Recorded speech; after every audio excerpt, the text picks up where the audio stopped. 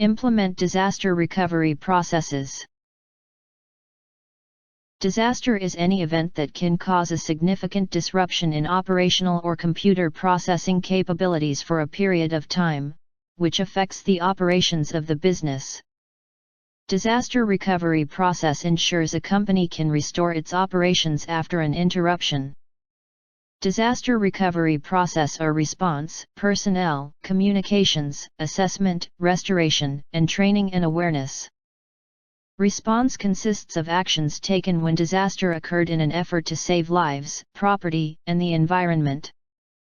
Personnel health and human safety are the most important concerns. Communication during disaster recovery is important to ensure that the organization recovers in a timely manner.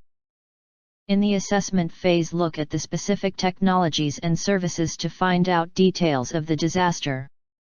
Restoration process, restoring the primary systems and facilities to normal operation. Personnel at all levels need to be given the proper training on the disaster recovery process. Regular users just need to be given awareness training so that they understand the complexity of the process.